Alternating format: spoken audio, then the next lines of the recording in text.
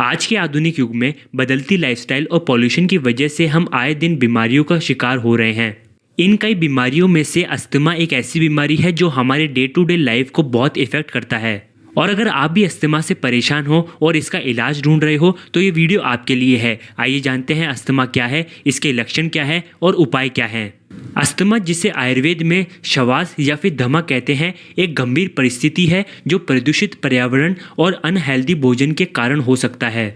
Asthma हमारी वायु मार्ग यानी कि श्वास की नली को संकुचित करता है, जिससे प्रभावित व्यक्ति को सांस फूलाने की समस्या या सांस लेने में असमर्थ महसूस होता है।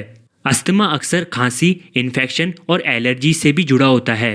अस्थमा के कारण लोगों को लंबी दूरी तक चलने, सीढ़ियाँ चढ़ने और अन्य दैनिक गतिविधियों में भी कठिनाई होती है। और समय के साथ अस्थमा फेफड़ों और हृदय के कार्यों में भी नुकसान पहुंचाता है। अस्थमा जैसी बीमारी ये समस्या हमें air pollution, smoking, infection, obesity या हेरिडिटरी प्रॉब्लम यानी कि परिवार के किसी सदस्य में पहले से ही बीमारी होने से भी हमें हो सकती है। आमतौर पर अस्थमा के अटैक अधिकतर लोगों को सुबह के समय, अधिक परिश्रम के बाद, मौसम में बदलाव के कारण, धूल के संपर्क में आने से, कुछ अनहेल्दी या एलर्जिक चीज़ें खाने के बाद, रंगों से, खाना पकाने से आने वाली तेज गंध या सुगंधित उत्पाद जैसे कि परफ्यूम, इत्र इत्यादि से होता है। अस्थमा के अटैक कभी कभी खांसी, इन्फेक्शन या कोई एलर्जी और तनाव के कारण भी हो सकता है।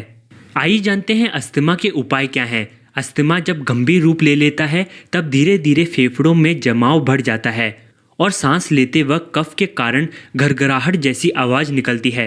उस वक्त आमतौर पर लोग क्विक रिलीफ यानी कि एलोपैथी ट्रीटमेंट चुनते हैं। एलोपैथी में केमिकल दवाइयाँ, पंप्स और स्टेरॉयड की सहायता से अस्थमा का इलाज करते हैं, जो वायु मार्ग को फैलाने में मदद करता है और श्वास को नियंत्रित करता है। इन सभी दवाइयों के कई साइड इफ़ेक्ट होते हैं, जिसमें इरेगुलर हार्ट बीट्स, घबराहट, सिर दर्द इत्यादि जैसी परेशानियां हो सकती है।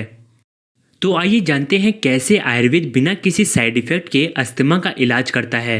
एलोपैथी में अस्थमा का कोई स्थायी इलाज नहीं है, इसलिए एलोपैथी ट्रीटमेंट की तुलना में प्रभावशाली उपचार अधिक महत्वपूर्ण है। इस वजह से दमा के रोगियों के लिए आयुर्वेदिक उपचार सर्वोत्तम है, क्योंकि ये उपचार शुद्ध, प्राकृतिक और सभी के लिए सुरक्षित हैं। आयुर्वेद के अनुसार श्वास या दमा कफा और पित्त दोषों का असंतुलन का परिणाम है।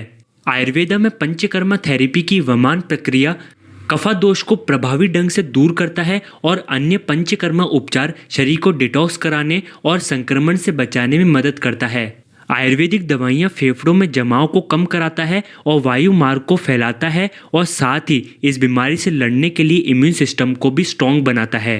अस्थमा के लक्षणों से राहत पाने के बाद आयुर्वेद में रसायन चिकित्सा यानी कि रिजुविनेशन थेरेपी की सहायता से रोगी की इम्यून सिस्टम और फेफड़े दोनों मजबूत हो जाते हैं। स्वस्थ आहार और जीवन शैली में बदलाव से अस्थमा के हमलों को रोकने में मदद मिलती है, जो एक सामान्य दैनिक जीवन जीने में सहायता करता है। आयुर्वेदिक उपचार और अपनी जीवन शैली को फिर से नॉर्मल करने के लिए जिस डॉक्टर ने आपको ये वीडियो भेजा है, उन्हें तुरंत संपर्क करें। धन्यवाद।